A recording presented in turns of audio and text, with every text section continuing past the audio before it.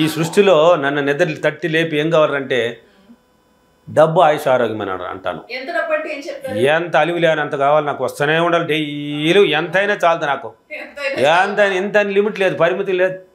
ఎంతైనా పిచ్చి పట్టిపోయింది డబ్బు మీద, అందువల్ల నాకు డబ్బు వస్తున్నది. ఎందుకు రాజన్, నాకు కావాల్సిన అవసరానికి, నాకు కావాల్సిన అన్ని కోరికలకి హ్యాపీ అండి.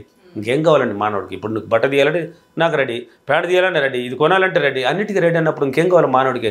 నా అవసరానికి కావాల్సిన డబ్బు నాకు రెడీ. ఓకేనా? డబ్బు మీద ఇష్టం పెరగాలంటే ఫస్ట్ నిన్ను నువ్వు ప్రేమించాలి. డబ్బు మీద ఇష్టం పెరగాలంటే ఏం చేయాలి? నిన్ను నువ్వు ప్రేమించుకోవాలి ఫస్ట్. ఇప్పుడు మీరుంటారు, అందంగా ఉన్నారు, మీరు ఏం తక్కువలే, కానీ ఇంకొక 2-3 బయట పోతూ ఉన్నారు నీ ఫ్రెండ్స్లో, లేక వేరే వాళ్ళు పోతుంటే అమ్మ ఇంకా బాగుందే, భలే ఉందే అంటే నిన్ను తక్కువ చేసుకుంటావు. అక్కడ నువ్వు బాగున్నావు అనేది నీకు తెలియదు. ఇప్పుడు నాలాంటి వాడు చెప్తే, లేక పక్కన వాళ్ళు చెప్తేనే తెలిసేది, కానీ నిన్ను నువ్వు గుర్తించలేదు. ఇంకా నువ్వు బాగున్నావు, నీకే లోటు లేదు, కానీ నువ్వేం చేస్తావు? ఇంకొకరు 4 పోతుంటే వాళ్ళు బాగున్నారే, ఆ అమ్మాయి భలే ఉందే, ఆ చీరలో భలే ఉందే. ఎస్, ఎందుకంటే అలా ఉన్నారు అంటే అప్పుడు నిరాశ పడుతుంది మన మైండ్.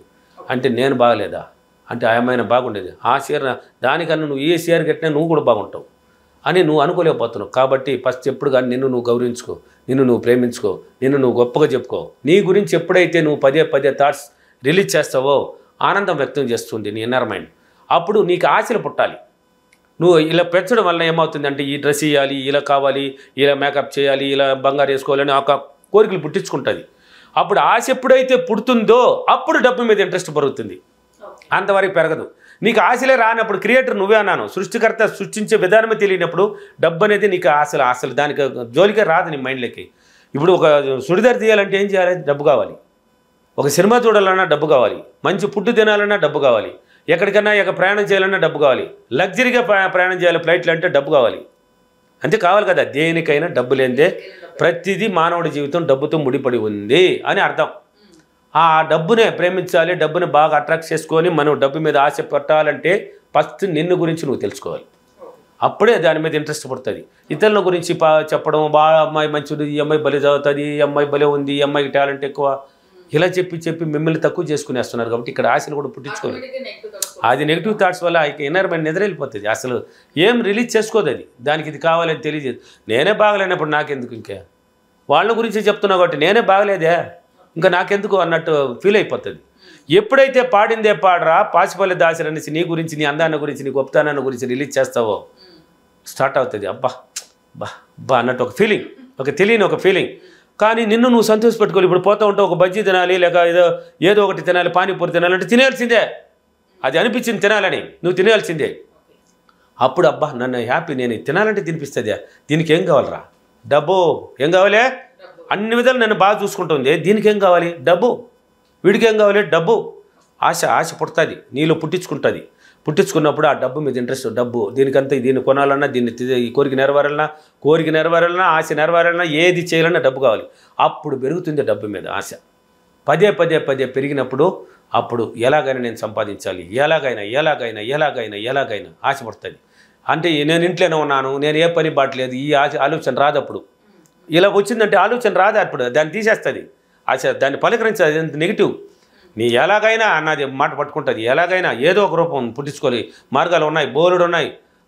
క్వశ్చన్సే లేటుగా పుట్టేది, ఆన్సర్లు రెడీగా ఉన్నాయండి. క్వశ్చన్సే లేటుగా అంటే నీకు క్వశ్చన్సే తెలియదు, ఆన్సర్లు ఉన్నాయి. ఎస్, మీరే స్లో. కాబట్టి ఎప్పుడైతే మనవుల గురించి మనం గొప్పగా చెప్పుకొని, మనవుల గురించి ఆనంద పెట్టుకొని, సంతోష పెట్టుకుంటుంటామో ఆశలు ఏర్పడతాయి. మన మైండ్కి ఆశ అనేది పుడుతుంది. ఆశ పుట్టినప్పుడు దీనికంతా కారణం డబ్బు అనేది తెలుస్తుంది. ఆ డబ్బు మీద ఇంట్రెస్ట్ పెరిగిపోతుంది. ఇంట్రెస్ట్ పెరిగినప్పుడు, అందుకే ఇంతకుముందు వీడియోలో కూడా చెప్పాను, డబ్బును చూడండి, వచ్చింది అటు ఇచ్చేయకండి, చూడండి. కనీసం ఊరికి చూసి అబ్బా డబ్బులు భలే ఉంది అబ్బా, అమ్మ నా దగ్గరికి హ్యాపీగా వచ్చిన ఒక పప్పి పెట్టుకోవయ్యా, ఏమున్నది. ఒక అతను చెప్పాడు, నా క్లాసులో చెప్పాను కదా, హైదరాబాదు, విజయవాడ, రాజమండ్రి, అనంతపూర్, కర్నూలు, తిరుపతి, వైజాగ్, బెంగళూరు అన్ని సిటీలో ఉన్నాయని చెప్పాను కదా. ఆ ఫీడ్బ్యాక్లో ఒక అతను చెప్పాడు రాజమండ్రిలో. ఏమని చెప్పాడంటే, ఏంది విశ్వమణి గారు డబ్బుకి ఒక పప్పి పెట్టండి అంటున్నాడే, డబ్బుకి ఏది పప్పి పెట్టేది అనుకున్నాడంట. కొన్నాడు ఏదో చూసి వదిలేసినాడు. ఒకరోజు ఏదో మళ్ళీ వీడియోలు వచ్చి చూసినాడంట.